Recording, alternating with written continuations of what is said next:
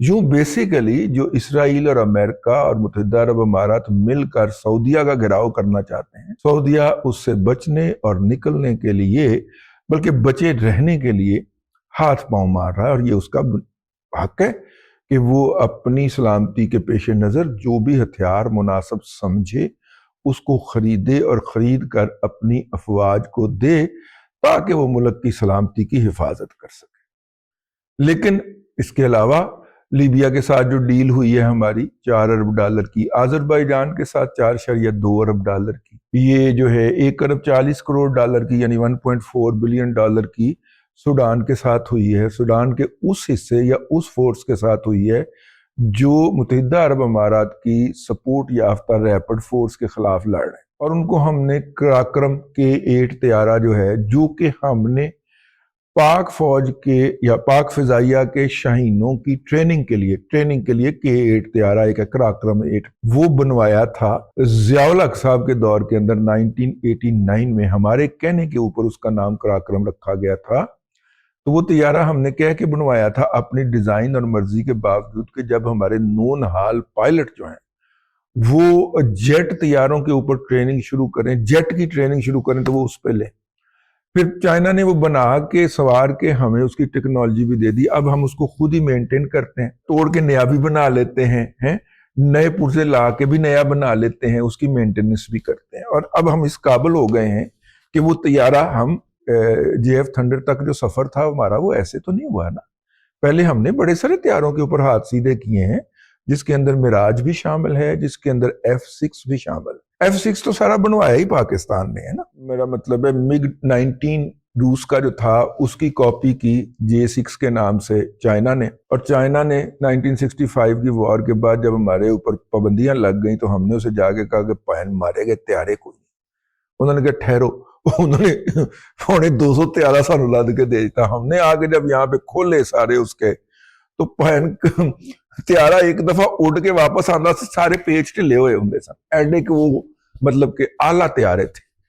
لیکن اس کو ایک وار کمبیٹ طیارہ بنانے کے لیے جس میں جا کے پھر اس نے انڈین کے MiG-21 کی چیخیں نکلوائیں اور برطانیہ کے ہنٹر تھے شاید، ان سب کو اس نے منہ دیا اور اس کو ایک سکریپ طیارہ سمجھا جاتا تھا، اس طیارے کو کہا جاتا تھا یہ غلطی سے بن گیا تھا، ٹھیک ہے نا، اور اس غلطی سے بن گئے طیارے کی جو کاپی یا جو نقل تیار کی تھی چائنا نے، پاکستان کے انجینئرز نے اس کو پھر اس معراج پہ پہنچایا کہ اس کے نام سے پھر دشمن کانپتا تھا۔ 2001-2002 تک وہ پاکستان کی ایئر فورس میں سرو کرتا رہا ہے، ٹھیک ہے۔ اب جناب JF-17 تھنڈر جو ہے وہ بھی جائے گا، اور بھی بہت ساری کوئی تیمور چلا گیا، کوئی رات چلا گیا، اس طرح کے سودے سودے ڈال کے نا ہم پورا میٹھا پا کے دے دیں گے۔ تو خیر جناب، یہ 4 خبریں جو ہیں یہ پچھلے ایک ہفتے کے اندر رائٹرز نیوز ایجنسی نے دی ہیں۔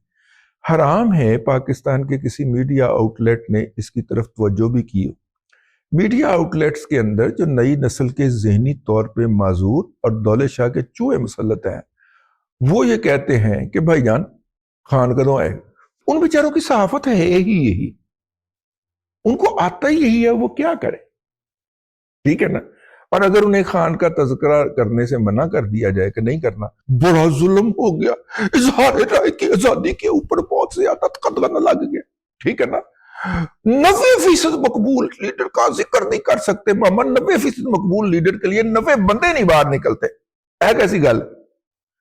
90% مقبول ہے بلکہ 96% مقبول ہے جی، وہ بقول انہاں دے 90 بندہ نہیں وہ باہر نکل، بھیناں اودیاں جیڑیاں نے قرآن خوانی کرن جاندیاں تے 24 بندے نال ہوندے، 24 بندے ساتھ ہوتے ہیں، 90% مقبولیت، 25 کروڑ کی آبادی کے اندر 90% مقبول شخص کے لیے 90 بندے باہر نہیں نکلتے۔ ہمارے دوست ناصر بٹ نے اس کے اوپر ایک لطیفہ سنایا، انہوں نے کہا کہ جی مقصد کہانیاں لکھنے کا مقابلہ ہوا، اور اس میں جو ایک فقرے کی کہانی جو تھی وہ اول نمبر پہ آئی، وہ یہ تھی کہ ایک سا بادشاہ جس کے گھر میں دانے نہیں تھے ایک سا بادشاہ جو بہت غریب تھا، اس کے گھر میں کھانے کو کچھ نہیں تھا، یہ کہانی اول نمبر پہ آئی۔ انہوں نے کہا یار یہ کیسے لوگ ہیں یار، 90% مقبولیت کے حامل لیڈر کے لیے 90 بندے سڑک پہ نہیں نکلتے احتجاج کرنے کے لیے۔ کہانی یہ نہیں ہے، کہانی یہ ہے آخر میں نے کہا آپ کو ایک اور واقعہ سنایا جائے، وہ ہمارے ہیں ایئر فورس کے حالیہ ریٹائرڈ چشتی صاحب، تو انہوں نے یہ سنایا ہے، تو میں کہ ذرا میں اپنے انداز میں سنا لوں۔ بچے ہمیں بتا رہے تھے کہ وکرانت جو ہے وہ پہلے نکلا سمندر میں، پھر جو تھا وہ بندرگاہ میں گھس گیا، اپنے مستقر میں گھس گیا، بحری مستقر یعنی بحری اڈے میں گھس گیا، پھر نکلا، پھر گھس گیا۔ تو اس وقت جنگ کے دنوں کے دوران تو میرے پاس نا اس کا کوئی جواز نہیں نکل رہا تھا کہ پائن کیوں رہے۔ مجھے جو بے چینی تھی کہ یہ ہوا کیا تھا، ہوا یہ کہ جناب اس کے اندر جو ہے وہ ہو گئی پاکستان ایئر فورس اور پاکستان نیوی کے درمیان لڑائی، اس کو تباہ کس نے کرنا ہے۔ نیوی کہے کہ ہم نے کم از کم آدھی درجن کے قریب ایکسرسائزز کر رکھی ہیں، کس بحری جہاز نے کدھر سے آنا ہے، کس نے کدھر سے، آبدوز نے کدھر سے نکلنا ہے، کس نے چکاوا دینا ہے، کس نے میزائل مارنا، اور ہم نے اس کو تباہ کیسے کرنا ہے۔ ہم نے کر لی ہوئی ہے ایکسرسائز پوری، پریکٹس پوری، لہٰذا وکرانت کو ہم شکار کریں گے۔ ایئر فورس کہے کہ بھائی جان 2.5 منٹ کی کاروائی ہے اور 2.5 منٹ کے اندر ہم نے اس کو سکریپ کر دینا ہے، ٹھیک ہے۔ ہمارا پورا ایک سکواڈرن ہے جس نے اس کے لیے مشقیں بھی کر لی ہوئی ہیں، تو اس لیے اس کو ہم نے گرانا ہے۔ وہ جو angry man of the seaside پہ غصے والا منہ بنا کے بیٹھا سی نا، اگر وہ تصویر آپ دیکھیں جس میں وہ ایئر وائس مارشل صاحب بھی بیٹھے ہیں، درمیان میں اپنے احمد شریف صاحب بیٹھے ہیں، اور ادھر اینگری مین آف دا سی بیٹھا ہوا ہے، ٹھیک ہے۔ اس کو جو غصہ تھا نا وہ اس بات کا تھا کہ وکرانت تو ہم نے گرانا ہے۔ لیکن اس سے بڑھ کے ایک بات یہ ہوئی، وہ یہ ہوئی کہ کراچی کی کماڑی کے جو کباڑیے تھے ان میں، اور وہ جہاں پہ جہاز پرانے نہیں توڑے جاتے ہیں، وہ پرلی طرف